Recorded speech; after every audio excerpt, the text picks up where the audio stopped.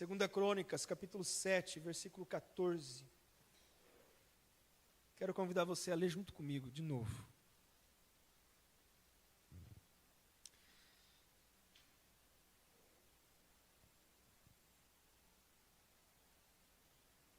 Repita comigo. E se o meu povo,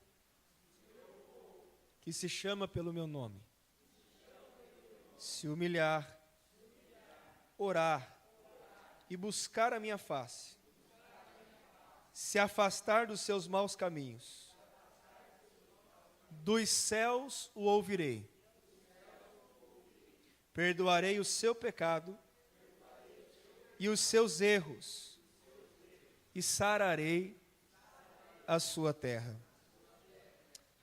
Queridos irmãos, nós vamos, durante 3 semanas, falar a respeito desse tema, sara a nossa terra. Para que isso aconteça, nós precisamos entender o porquê essa mensagem é tão urgente e ela é tão atual para os dias de hoje.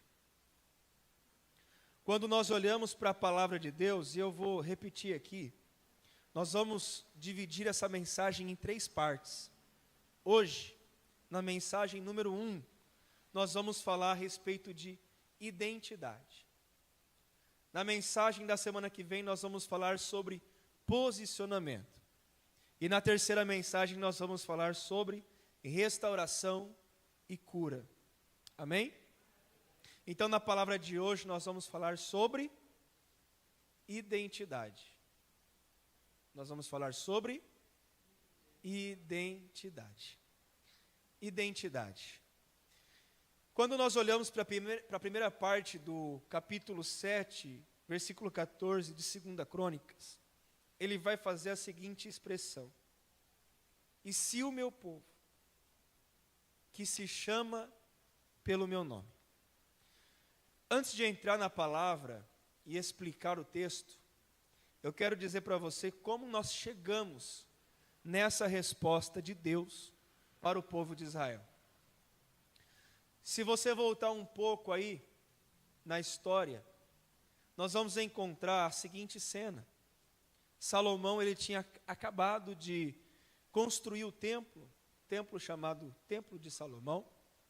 Ele tinha acabado de sacrificar milhares de sacrifícios ao Senhor. Para ser mais preciso, ele ofereceu 22 mil bois. E além dos 120 mil bois, ele ofereceu também 120 mil ovelhas. Assim, diz a Bíblia em 2 Crônicas, capítulo 7, versículo 4, 5 e 6, assim todo o povo formalizou e dedicou o templo a Deus. Depois de construir o templo, depois de levantar as paredes, depois de levantar o lugar do sacrifício, depois de organizar o lugar dos levitas, o lugar da adoração, depois de organizar o lugar santo, depois de organizar o lugar santo dos santos, diz a Bíblia no capítulo de número 6, que Davi ele vai trazer a arca de Deus, que simboliza a presença de Deus, e vai colocar a arca de Deus no lugar chamado Santo dos Santos, num lugar que era restrito, num lugar que somente o sumo sacerdote poderia entrar para oferecer o sacrifício do povo. Uma vez por ano, na celebração de Yom Kippur, o dia do perdão, ele entraria no templo com o sangue do sacrifício do povo e oferecia ali, em santidade a Deus, para a remissão do pecado do povo. A Bíblia vai dizer que Salomão fica tão feliz, Salomão fica tão contente, e ele dedica o templo ao Senhor de uma forma grandiosa. Ele decide sacrificar 120 mil bois e 120 mil ovelhas. Quem possuía isso realmente era um homem muito rico. Quem tinha 120 mil bois era um homem que tinha uma condição financeira elevada ao extremo. E Salomão, ele não liga para isso. Salomão simplesmente ele dedica o templo ao Senhor e oferece o melhor que ele tem numa quantidade extraordinária. A Bíblia vai dizer, queridos, que depois que o templo é construído, depois que Salomão dedica ao Senhor, depois que Salomão sacrifica ao Senhor, agora a Bíblia vai dizer que Deus ele responde com o sacrifício do povo. Deus ele dá uma resposta para o povo. E a resposta de Deus, para ser mais exato, no capítulo 7, versículo de número 12, vai dizer o seguinte: então aconteceu que o Senhor apareceu a Salomão durante a noite e lhe declarou. A festa durou 7 dias, sacrifícios, adoração a Deus, 7 dias de culto, dedicando o templo a Deus, 7 dias de cultos ininterruptos. O povo sacrificava, o povo ofertava, o povo oferecia um holocausto diante de Deus, o povo comia dentro do templo 7 dias seguidos. No 7º dia, Deus então aparece e fala para o povo assim: eis que eu ouvi a tua oração, e eu escolhi esse lugar para mim como casa de sacrifício. O templo de Salomão não era a casa de Deus, porque Deus não habita em templos feitos por mãos humanas. Ou seja, a casa, o templo não tem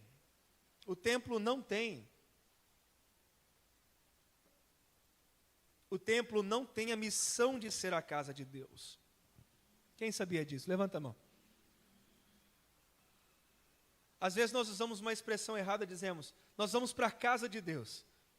E às vezes nós estamos equivocados nessa expressão. Porque Deus nunca disse que o templo de Salomão seria a casa dele.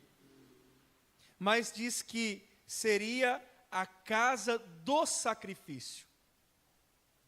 Então, o templo, a igreja, o lugar onde o povo congrega, onde o povo se reúne, nunca vai ser a casa de Deus, porque, repito aqui, Deus não habita por templos feitos por mãos humanas, mas é a casa aonde será feitos sacrifícios. E quais são esses sacrifícios? Sacrifícios de louvor, sacrifícios de adoração, sacrifícios de oferta e sacrifícios de voluntariado e serviço. Aquilo que antigamente era a sombra do sacrifício do novilho, agora na igreja o sacrifício somos nós. Quando eu venho para a igreja, querido, eu venho para ser um sacrifício vivo diante de Deus. Eu sou o sacrifício. A minha vida é a oferta diante de Deus. Quando eu decido fazer parte do povo de Deus, eu já vou entrar na questão da identidade. Eu estou dizendo para o Senhor que eu vivo para Deus. Eu não ligo mais para a minha própria vida. Eu não ligo mais agora se eu vivo ou se eu morro, mas que a minha vida seja uma vida gasta para Deus, porque antes eu era escravo, antes eu vivia para o mundo, mas depois que eu morri para o mundo, agora eu vivo para Deus. Então, quando eu venho para a igreja, eu preciso sacrificar o quê? A minha própria vida. Eu sacrifico o meu ego, eu sacrifico o meu eu. Você já percebeu que na igreja, vamos imaginar que o prefeito da cidade, ele vem para a igreja, ele aceita a Jesus.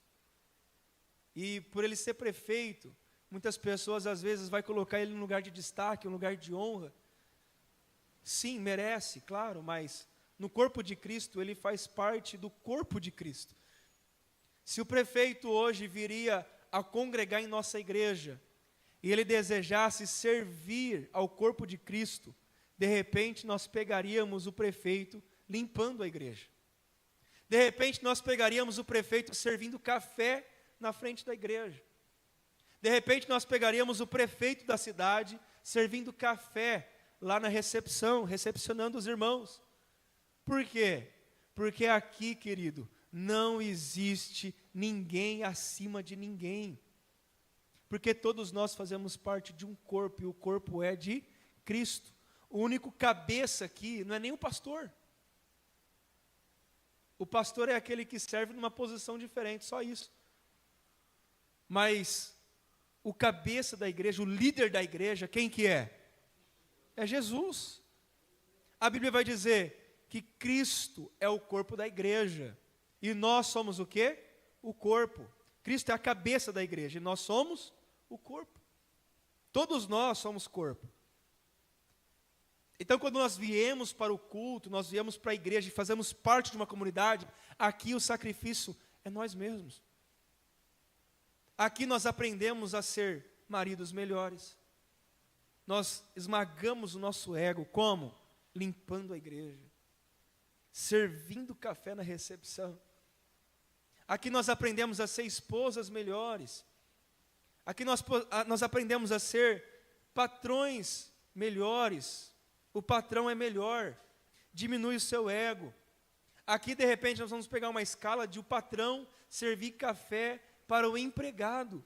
É isso que o Evangelho de Paulo estava ensinando, explicando, que agora não existe mais grego e judeu, não existe mais romano, escravo, livre ou escravo, senhor ou escravo, porque agora, quando nós congregamos, nós fazemos parte da família de Deus. E quando nós sentamos todos igualmente diante de Deus. Amém? Então, na comunidade, nós fazemos parte do povo de Deus.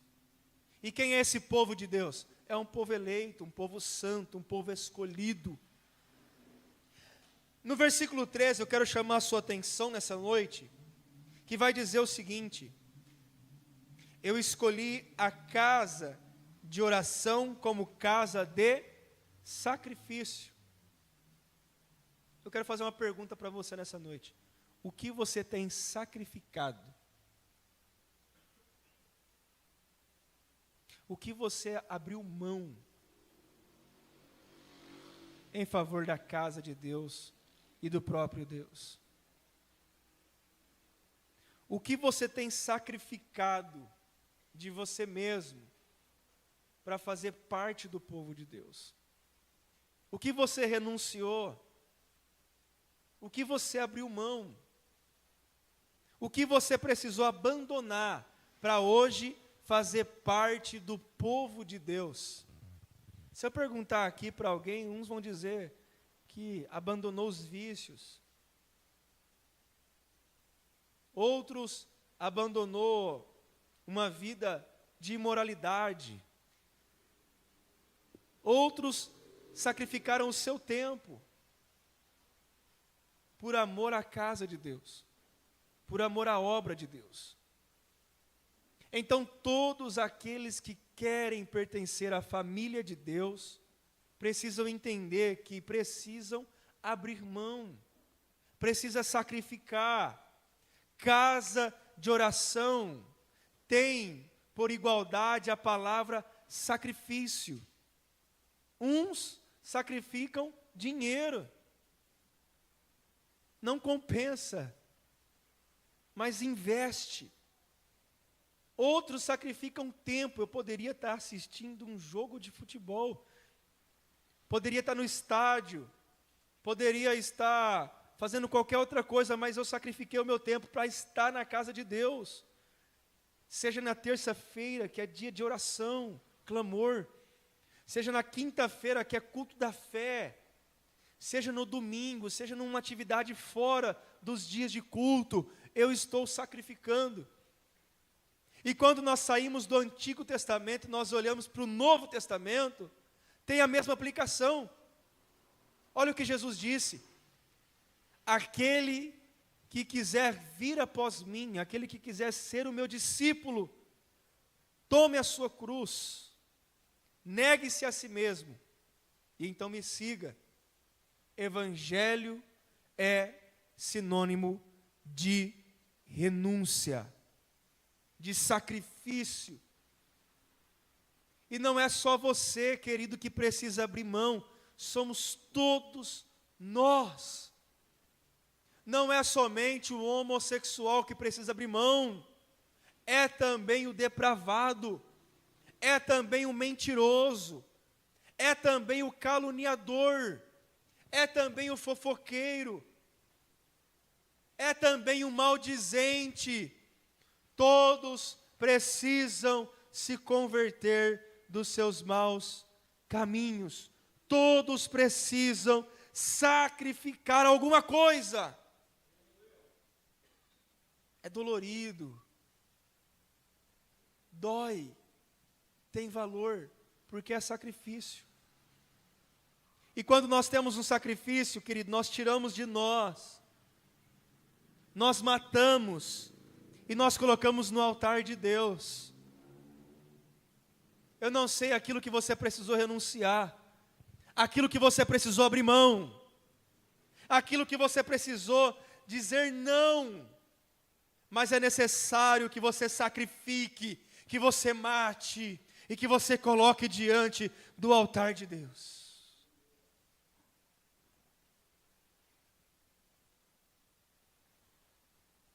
Depois que nós entendemos que a casa de Deus é uma casa de sacrifício, nós vamos entender que, no versículo 13, Deus diz: e se eu fechar o céu, para que não derrame chuva, ou ainda, se ordenar que os gafanhotos que devorem a terra, ou mesmo enviar a praga sobre a minha própria gente.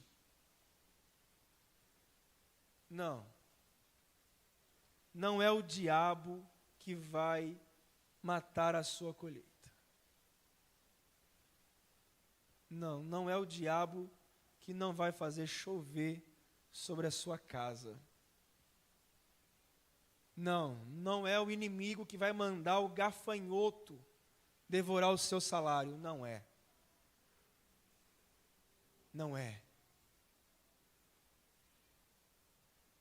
Existem situações que nós passamos, que às vezes é permissão de Deus,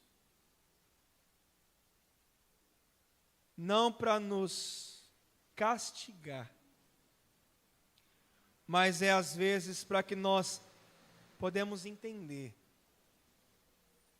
que a nossa vida precisa depender de Deus, que a nossa provisão depende de Deus. Por que Deus fala que Ele mesmo, Ele fala, eu mesmo enviarei praga sobre a minha própria gente?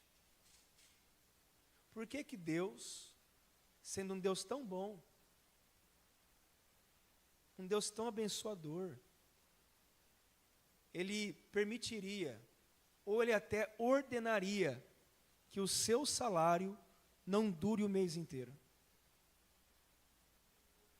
Por que Deus, que é um Deus tão bom, que é um Deus provedor, Ele às vezes ordena que na sua família, às vezes haja intriga, briga, divisão e separação? Por que às vezes Deus, Ele mesmo fala que não vai derramar chuva, Ele não vai abençoar o trabalho? E muitas vezes, tem até uma palavra que diz na Bíblia, que vocês recebem um salário como se fosse num saquetel furado. Sabe o que é um saquetel furado? É um bornal. Quem é do tempo do bornal aqui? Conhece o bornal? É uma sacolinha, né, de pano. Imagina você receber o dinheiro, o salário, e jogar no seu bolso, hoje é o bolso, né? E o seu bolso estiver rasgado. Você chega em casa e fala, poxa vida, recebi 1.500. Cheguei aqui, tem 1.000. O que aconteceu? Recebe, mas joga no saquetel furado. Quando nós olhamos para Israel, nós vemos que a agricultura, naquela época, ela era um fator que determinava a prosperidade de Israel. Não só de Israel, mas sobre todo o povo. A forma de Deus mostrar para Israel que eles não dependiam da sua própria força, da sua própria vontade, da sua própria mão, da sua terra, da sua colheita, não estava na terra que manava leite e mel. A promessa de Deus, que o povo de Israel seria próspero, abençoado e forte, não estava na terra que mana leite e mel, mas estava no Deus que provia que a terra manasse leite e mel. Isso tem uma aplicação espiritual muito forte para nós. Às vezes nós pensamos que vir para a igreja, estar na igreja, cultuar na igreja e até servir na igreja é um fator para que a nossa casa seja abundante, que a nossa casa seja próspera, que a nossa mesa seja com fartura, com celebração, mas não é. Porque a igreja é a Canaã de Deus, é o lugar onde nós devemos habitar, é o lugar onde nós devemos estar. Mas a Canaã sem Deus é imprópria. A Canaã sem Deus é infrutífera, é assolada. A Canaã sem Deus não vale nada. E aí nós entendemos nos nossos dias de hoje, ser crente, vir para a igreja, cultuar, não diz nada.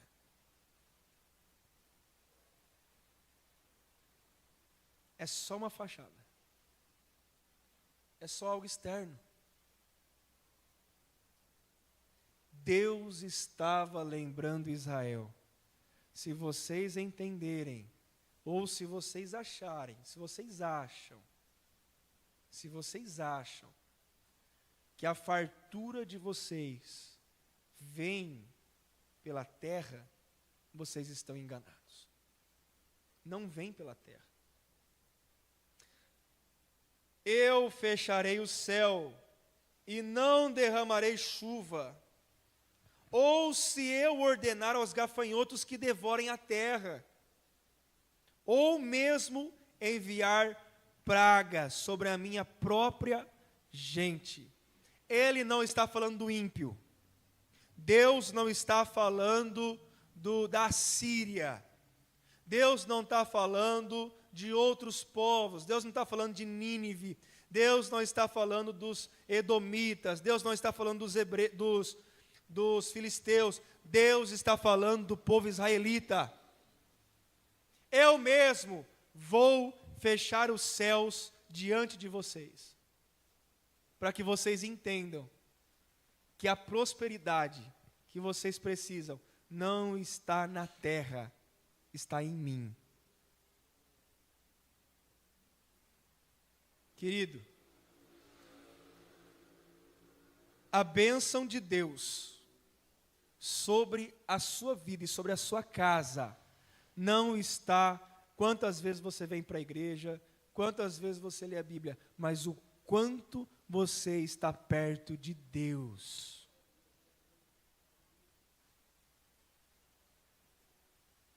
O avivamento é uma promessa para a igreja. Quando nós olhamos para Israel e nós olhamos para nós, às vezes existem situações que nós passamos, porque Deus, Ele quer nos ensinar que a nossa dependência não vem do dinheiro, não vem do nosso esforço, não vem do nosso trabalho, mas vem de Deus. Quem concorda comigo? Diz amém. Vocês estão entendendo a mensagem? Glória a Deus. Vocês estão quietos? Presta atenção. nós não podemos cair nessa cilada de achar que a bênção de Deus está na terra. Canaã não era a bênção de Deus, sem Deus.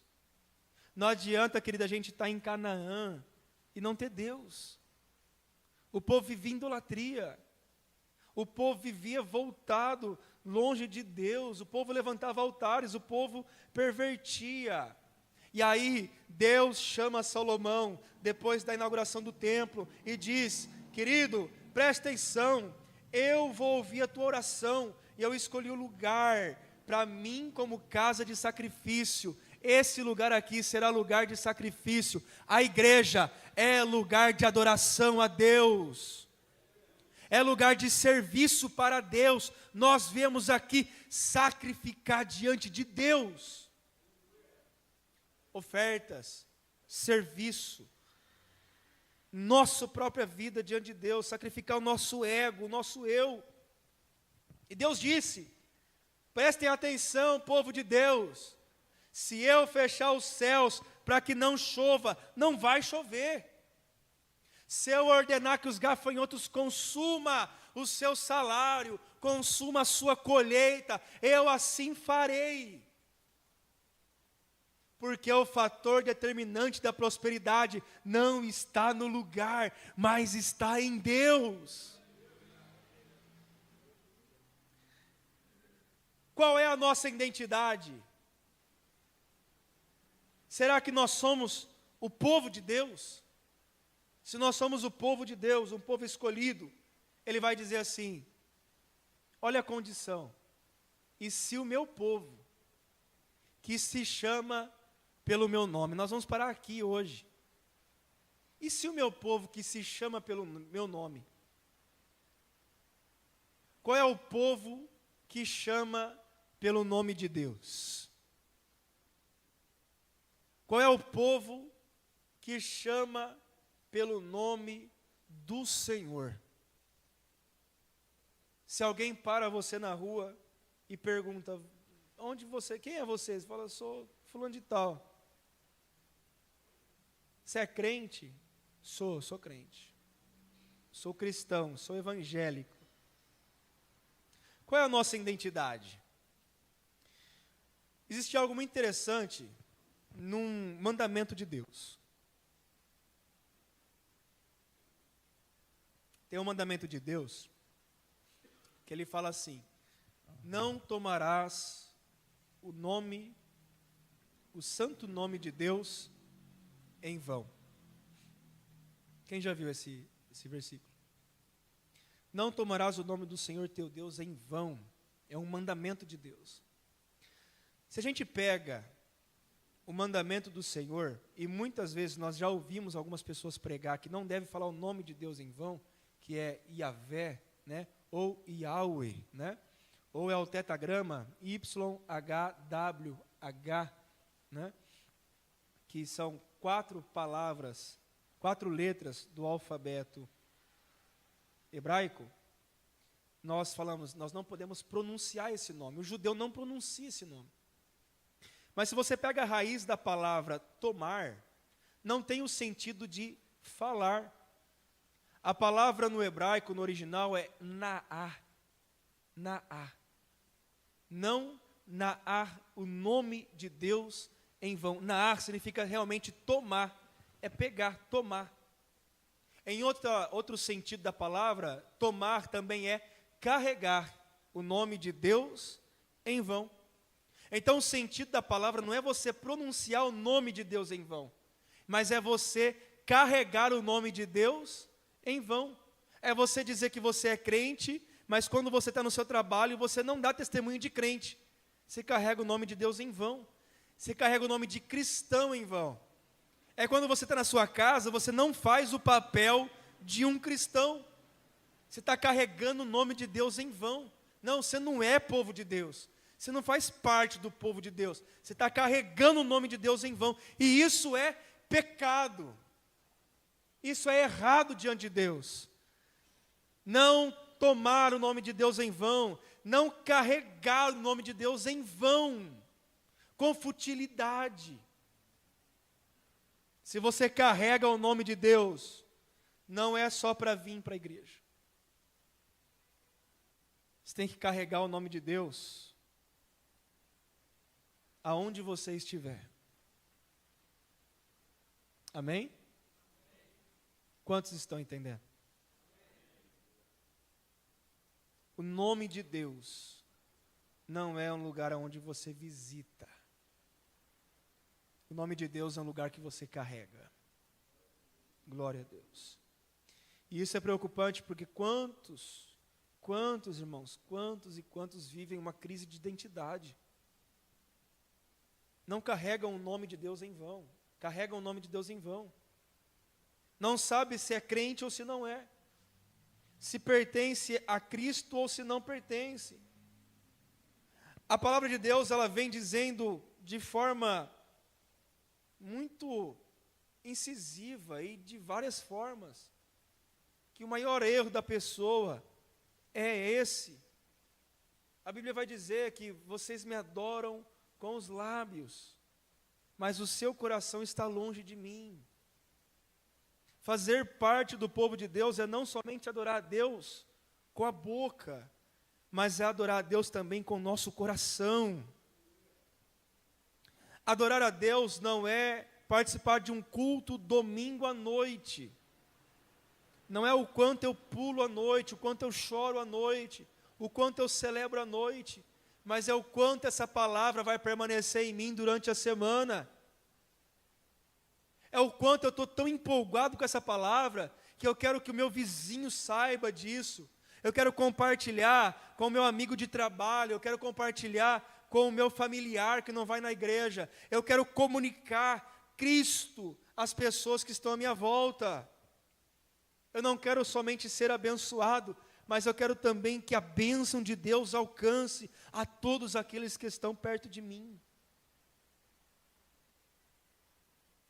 Não é somente vir para um culto de domingo, para que Deus alivie o meu pecado. É para que Deus me perdoe pelas coisas que eu não fiz para Ele, ou que eu fiz de qualquer jeito. Ou é somente vir para a igreja, orar e pedir: Deus abençoe meu casamento, Deus abençoe a minha casa, que esse ano, final de ano, eu consiga um carro zero, eu consiga um carro novo, que esse ano eu tenha um emprego melhor, que esse ano eu tenha um salário melhor. Nós podemos sim orar por isso. Mas se você espera em Cristo, somente nessa vida, você é um miserável. E não sou eu que estou dizendo. É Paulo que está dizendo. Vamos conferir comigo? 1 Coríntios, capítulo 15, versículo 19. Primeira carta aos Coríntios, capítulo 15, versículo 19. 1 Coríntios 15, 19 diz: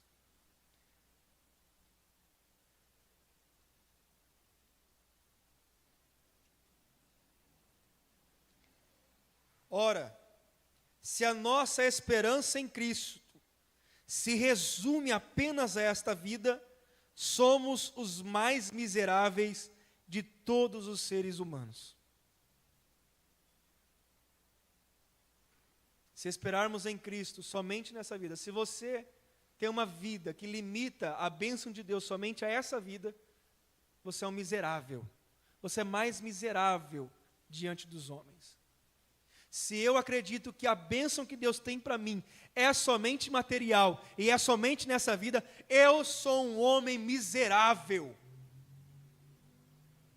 Eu sou um homem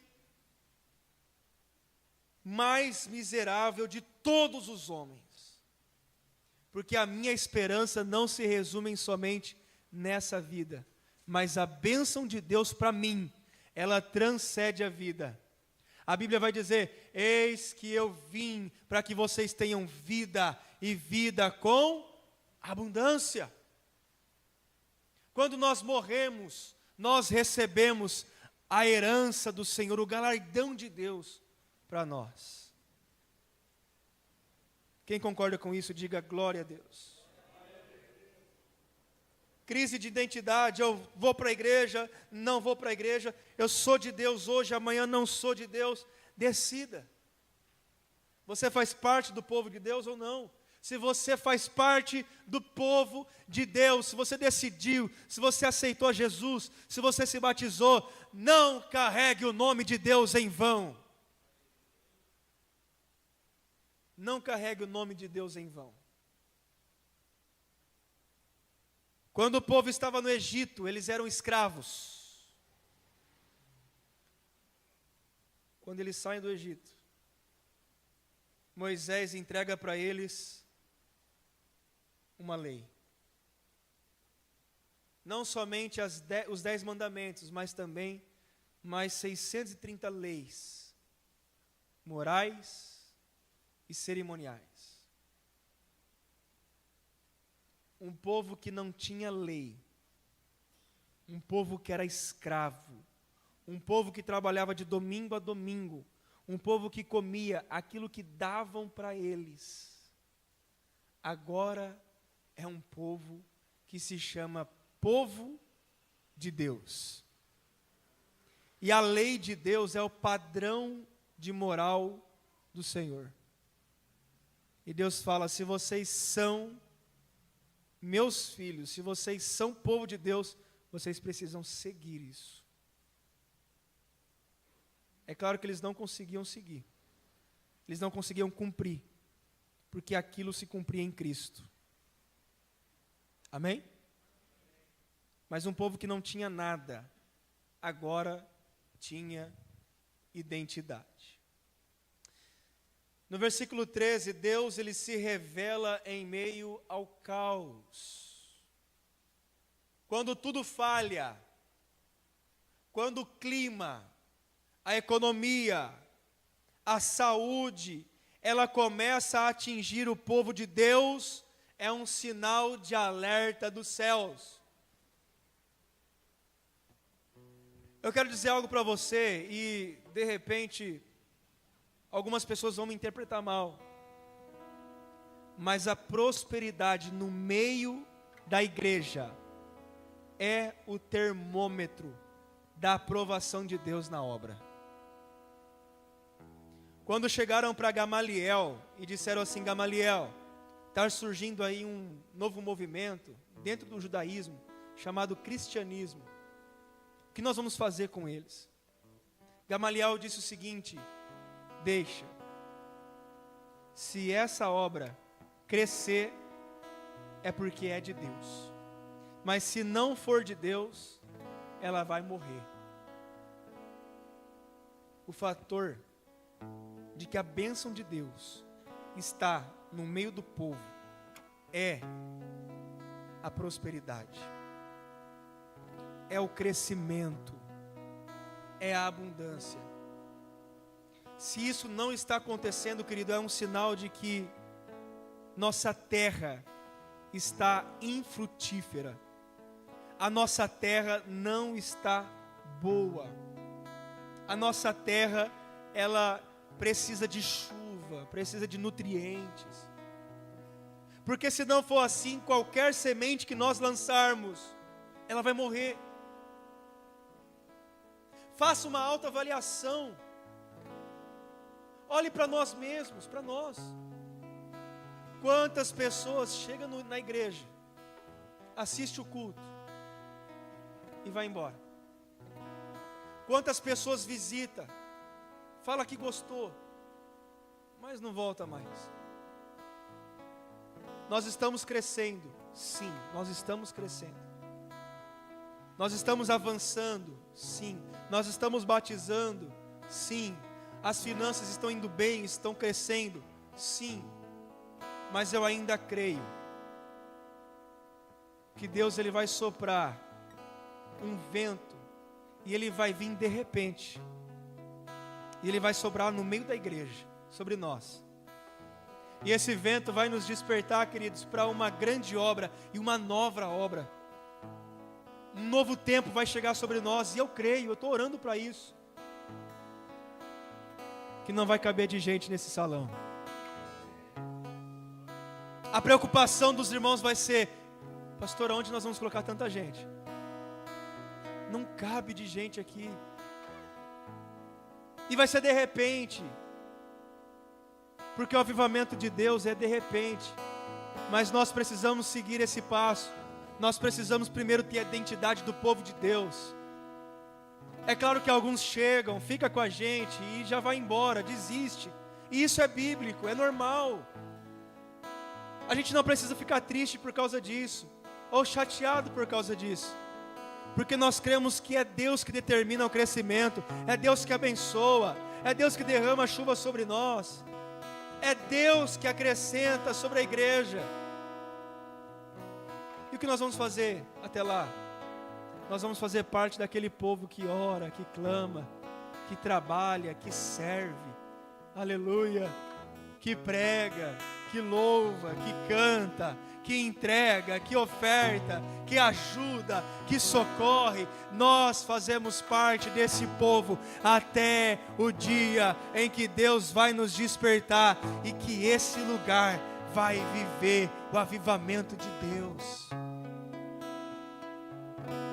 Enquanto isso, nós vamos permanecer fiéis à palavra de Deus. Nós vamos permanecer fiéis a ouvir a voz de Deus. Nós vamos permanecer fiéis a fluir no Espírito de Deus. Porque o nosso povo é um povo que tem identidade.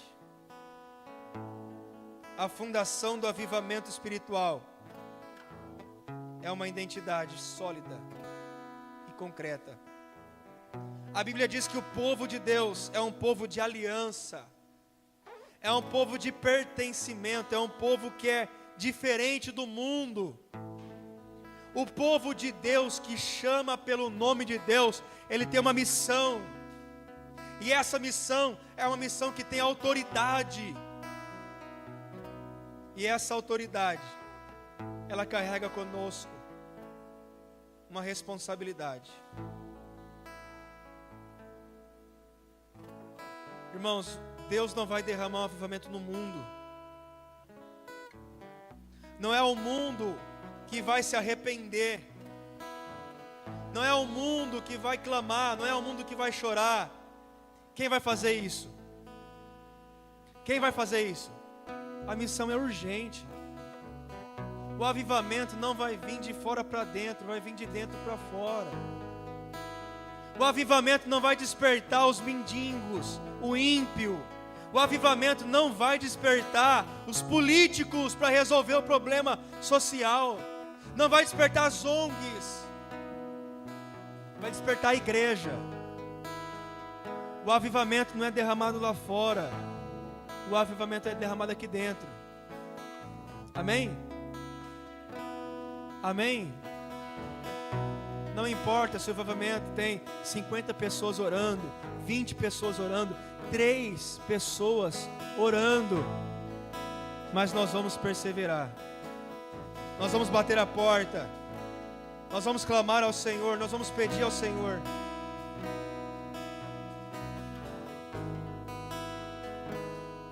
Nós precisamos ter uma identidade. E essa identidade é ser o povo de Deus.